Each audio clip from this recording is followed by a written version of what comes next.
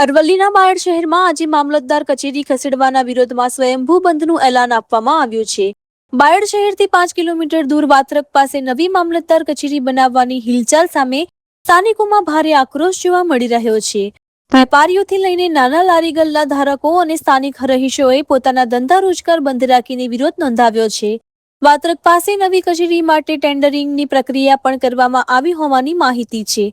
સ્થાનિકોની માંગ છે કે મામલતદાર કચેરી બાયડ શહેરમાં જ બનાવવામાં આવે.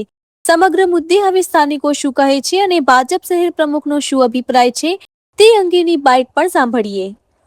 સમગ્ર બાયડ તાલુકાની જનતાનું હાર્દ કહેવાય. નાના મોટા દરેક કામ માટે બાયડના નાગરિકો, વરિષ્ઠો, ગરીબો, વિદ્યાર્થીઓ, ખેડૂતો દરેકને અહીંયા આવવાનું થાય છે. અને અહીંયા અલગ અલગ કચેરીઓ જે નજીકમાં છે તેમ છતાં પણ આવો મનસ્વી નિર્ણય કોના માટે લેવામાં આવ્યો, કોના લાભાર્થે આ અહીંયાથી ત્યાં કચેરી ખસેડવામાં આવી છે. અગાઉ અહીંયાના સ્થાનિક આગેવાનો દ્વારા છેક મુખ્યમંત્રી સુધીની આની રજૂઆતો કરવામાં આવી હતી અને ત્યાંથી તત્કાલીન કલેક્ટર શ્રી પ્રશસ્તિ પારીખને સૂચના કરવામાં આવી હતી અને તેઓ અહીંયા જગ્યાઓ જોવા માટે આવ્યા હતા. એમને બાયડ નગરની અંદરની જ 2-3 જગ્યાઓ બતાવવામાં આવી હતી કે જે આપણે મામલતદાર કચેરી માટે પૂરતી હતી. તેમ છતાં એમને આવો મનસ્વી નિર્ણય કેમ લેવો પડ્યો?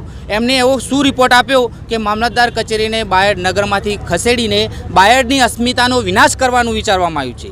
આ બાયડની જનતા સમગ્ર તાલુકા 20-25 કિલોમીટરથી અહીંયા બાયડમાં આવશે અને પછી અહીંયાથી 5 કિલોમીટર દૂર જવાનું અને એ 5 કિલોમીટર જ્યાં છે ત્યાંથી 2 કિલોમીટર આગળ જઈએ એટલે આખો તાલુકો જ બદલાઈ જાય છે. ધનસુરા તાલુકો આવી જાય એટલે આ બાજુ આખું પશ્ચિમ, ઉત્તર, પૂર્વ બધામાંથી પબ્લિકને દોડીને ત્યાં જવાનું. તો એનો અંત શું પબ્લિક માટે વિચારવામાં જ નહીં આવ્યું હોય? આ પબ્લિક માટે વ્યવસ્થા શું કરવામાં આવશે?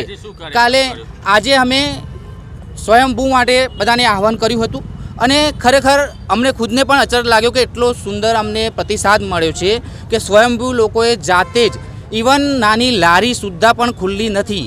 એના ઉપરથી જ દેખાઈ આવે છે કે પ્રજાને શું જોઈએ છે, પ્રજાનું કેટલું સમર્થન છે. આવનારા સમયમાં પણ અમે જ્યાં સુધી આ બાયડની જનતાની માગણા પૂરી કરવામાં નહીં આવે ત્યાં સુધી વિવિધ કાર્યક્રમો કરી અને છેલ્લે આ માગણી અમારી સંતોષવી જ પડશે અને નહીં સંતોષાય ત્યાં સુધી અમે જન આંદોલન કરતા રહીશું.